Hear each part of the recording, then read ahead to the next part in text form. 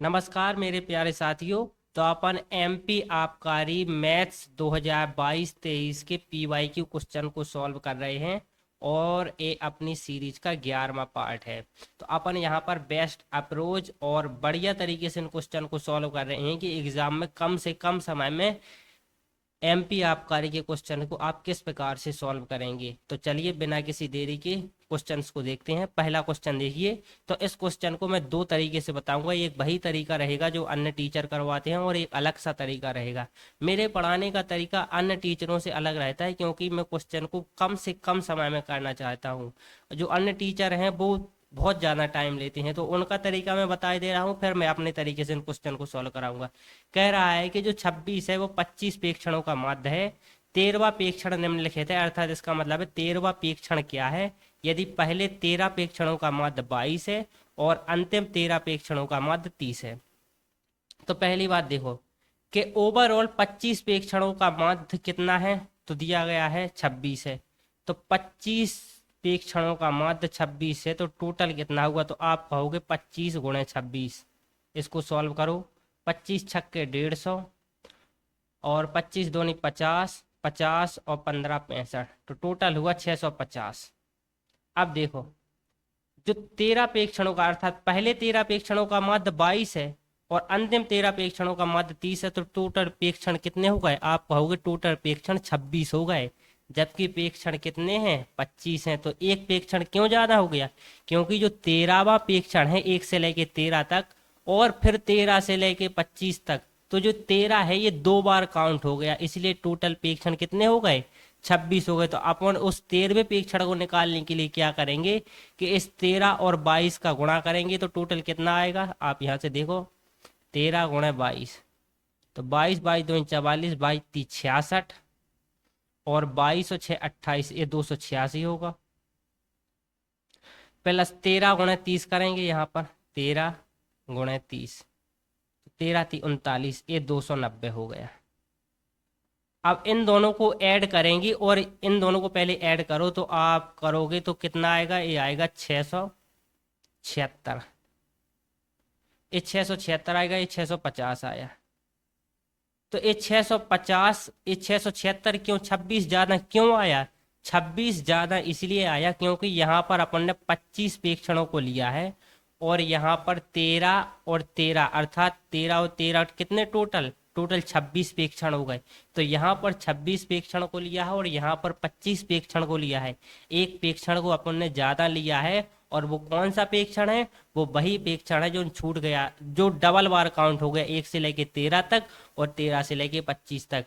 तो जो डबल बार काउंट हुआ है वह कितना है, तो 650 से कितना ज्यादा है, 676, आप कहोगे 26। तो 26 इस क्वेश्चन का राइट आंसर हो जाएगा क्योंकि 26 ही 13वां प्रेक्षण है। तो 26 इस क्वेश्चन का राइट आंसर हो जाएगा। अब एक दूसरा तरीका क्या है, दूसरा तरीका देख लो। दूसरा तरीका ये है कि 13 प्रेक्षणों का माध्य 22 है पहले और अंतिम 13 प्रेक्षणों का माध्य 30 है। तो मैं कहूंगा कि इन 26 प्रेक्षणों का माध्य कितना है। तो जब भी इस प्रकार की स्थिति बने कि पहले 13 को माध्य अपन से दिया गया है कितना 22 और दूसरे 13 प्रेक्षण का माध्य दिया गया है 30, जब ये दोनों समान हो अर्थात नंबर ऑफ आंकड़े समान हो या नंबर ऑफ संख्या समान है, 13 13 है, तो इन दोनों के अर्थात जो 13 और 13 टोटल 26 प्रेक्षण भाई, तो 26 प्रेक्षणों का जो माध्य है वो इन दोनों के बीच का होगा। 22 और 30 के बीच का कितना है, तो आप कहोगे 26।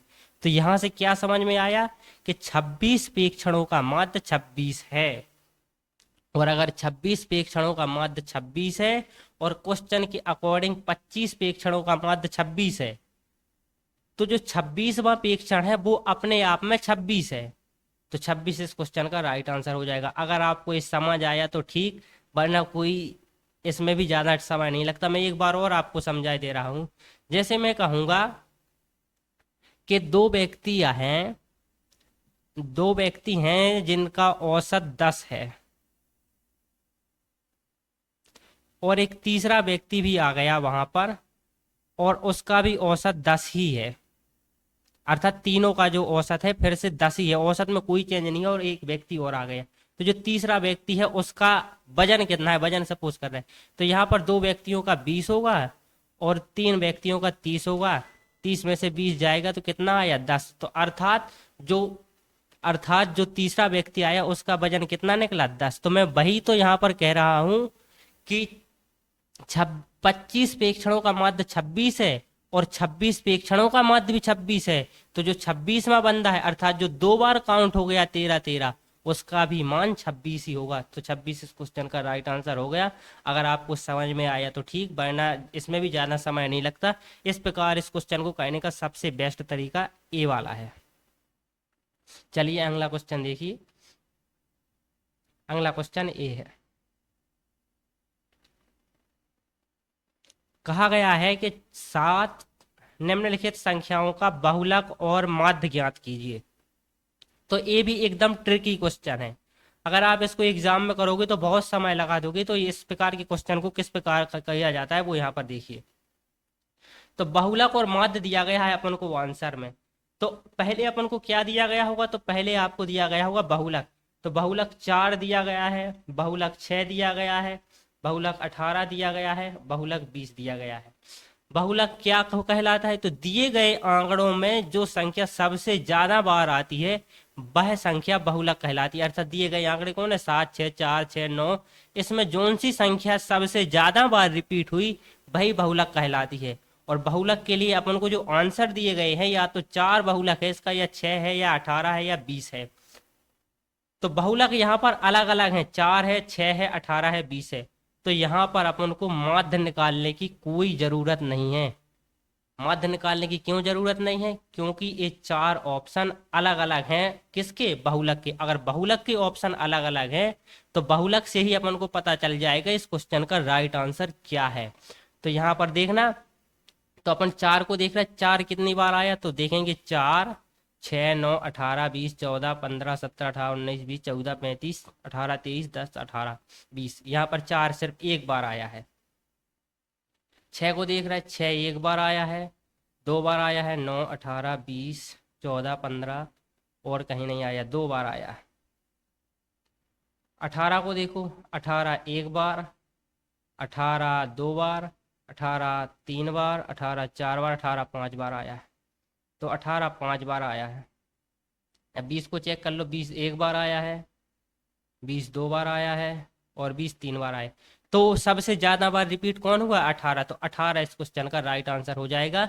अपन को माध्य को चेक करने की जरूरत नहीं है और ना अपन को सभी, अर्थात अपन 14 को नहीं देखेंगे कि 14 कितनी बार रिपीट हुआ। अपन सिर्फ उसको देखेंगे, उस बहुलक को देखेंगे जो अपन को ऑप्शन में दिया गया है। तो इस प्रकार की अप्रोच, इन प्रकार के क्वेश्चन को करने की सबसे बेस्ट अप्रोच है। चलिए अगला क्वेश्चन देखिए। अगला क्वेश्चन ए वाला है। कहा गया है कि एक ट्रेन की अधिकतम स्पीड 60 किलोमीटर प्रति घंटा है। मतलब जब ट्रेन अगर अपने फुल वेग से चले तो 60 किलोमीटर प्रति घंटा से चला तो 320 किलोमीटर की दूरी तय करने में 8 घंटे लेती है।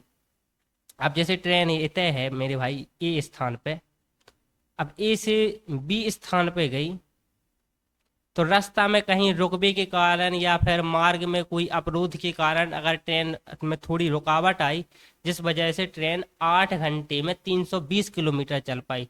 चलना तो चाहिए 8 गुणे 60 8 48 480 किलोमीटर, लेकिन 320 किलोमीटर चल पाई। अर्थात जो उसकी मैक्सिमम स्पीड है वो 60 है, लेकिन 320 किलोमीटर की दूरी उसने 8 घंटे में तय की। तो मैं कहूँगा कि इसकी औसत स्पीड क्या है, तो आप कहोगे कि इसकी जो औसत स्पीड है वो कितनी है, तो आप कहोगे 320/8। तो 8 चौका 32 और 1 0, 40 किलोमीटर प्रति घंटा। तो उसने क्या पूछा है, इसकी अधिकतम गति का औसत का अनुपात। तो अधिकतम गति कितनी है 60 और औसत गति कितनी है, औसत गति है 40। तो इन दोनों का अनुपात 1 0 से 1 0 काट जाएगा, यहाँ पर 3 आएगा और यहाँ पर 2 आएगा, क्योंकि जब 2 से काटेंगे तो 3:2 इस क्वेश्चन का राइट आंसर हो जाएगा। चलिए अगला क्वेश्चन देखिए। अगला क्वेश्चन ए है। तो ये सबसे अच्छा क्वेश्चन है, इसको थोड़ा सा ध्यान से देखिए। ये बेस्ट क्वेश्चन है, 2 स्लाइड में आया है, एक यहाँ पर और एक यहाँ पर। तो देखिए इस प्रकार के क्वेश्चन को, यदि घनाभ की भुजाएं क्रमशः एपी में है, एपी का अर्थ होता है अर्थमेटिक प्रोसेशन, अर्थात समांतर श्रेणी में है, किसकी, घनाभ की भुजाएं ए बी और सी में हैं। तो A square B square C square बराबर 14 है। तो 9b² minus A B minus A C minus B C का मान ज्ञात कीजिए।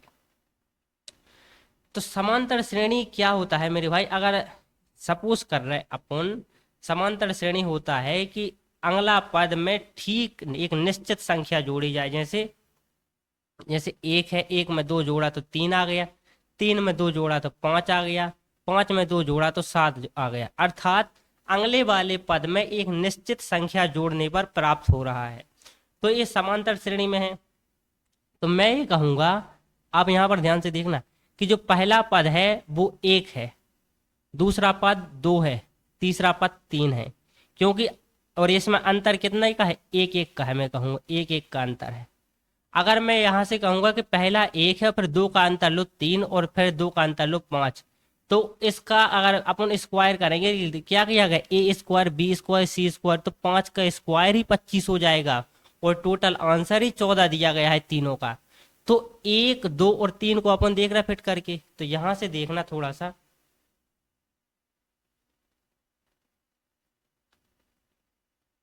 थोड़ा सा मैं इरेज कर रहा हूं इसको।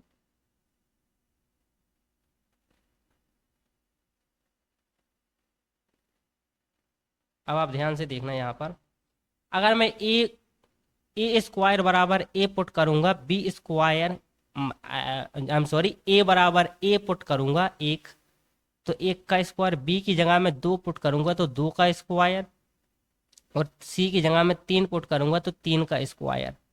तो ये कितना हो रहा है, 3 3 का 9, 9 4 13, क्योंकि 2 का स्क्वायर 4 होता है और 1 का स्क्वायर 1 होता है, तो 14, अर्थात फिट हो गया।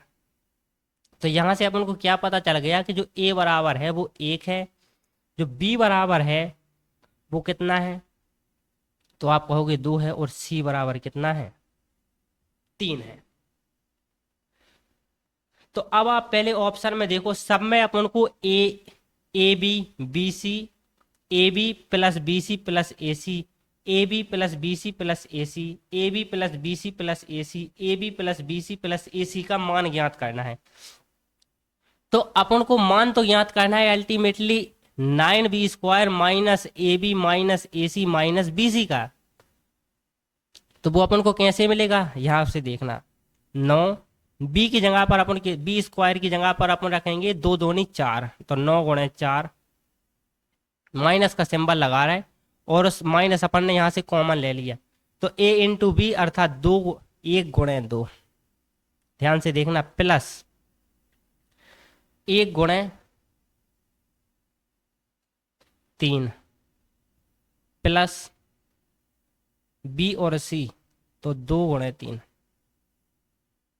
ध्यान से देखना यहाँ पर कितना आया, 9 चौका 36, और यहाँ पर पूरे में से माइनस कॉमन ले लिया है तो इतना आएगा, ब्रैकेट आएगा, 3 एकम 3, 3 2 5, 5 और 6 11, और 36 में से 11 जाएगा तो अपना आंसर आएगा कितना, 25। अब आप ध्यान से देखना कि अपना जो इसका आंसर आया 9b² minus A B minus A C minus B C का वो आंसर आया कितना, तो आप कहोगे 25। मैं आपसे एक चीज और कहूंगा कि यहां पर क्या लिखा है, तो आप कहोगे यहां पर लिखा है ए बी ए सी और बी सी प्लस में, तो इसका मान कितना आया है, तो आप कहोगे इसका मान है 11। तो मैं कहूंगा जरा इसको देख लो, तो यहां पर देखना इसमें क्या लिखा है, पहले ऑप्शन में 11 minus A B plus B C plus A C, तो 11 और इसका मान भी 11 है, तो ये तो 0 हो जाएगा, ये कट जाएगा, ये आंसर नहीं होगा अपना। दूसरा देखो, इसका मान ही अपन ने 11 निकाला है, तो ये भी आंसर नहीं होगा। इसको देख लो, ये 12 प्लस 11 है, क्योंकि A B plus B C plus A C का मान अपन ने कितना निकाला है, 11, तो 12 और 11 कितना होता है, 23, जबकि अपन को आंसर 25 चाहना है। यहाँ पर लिखा है 14 plus A B plus B C plus A C, तो 14 और इसका मान अपन ने कितना निकाला है, तो आप कहोगे इसका मान ही तो अपन ने 11 निकाला है ये वाला, तो 14 और 11 25, और 25 ही अपना आंसर आ रहा है जब अपन ने इसको सॉल्व किया है। तो डी इस क्वेश्चन का अपना राइट आंसर हो जाएगा। तो इस प्रकार से इस क्वेश्चन को सॉल्व कर सकते थे। चलिए आज अपन यहीं तक रहने देते हैं, अगले पार्ट्स में अपन इस सीरीज को लगातार जारी रखेंगे।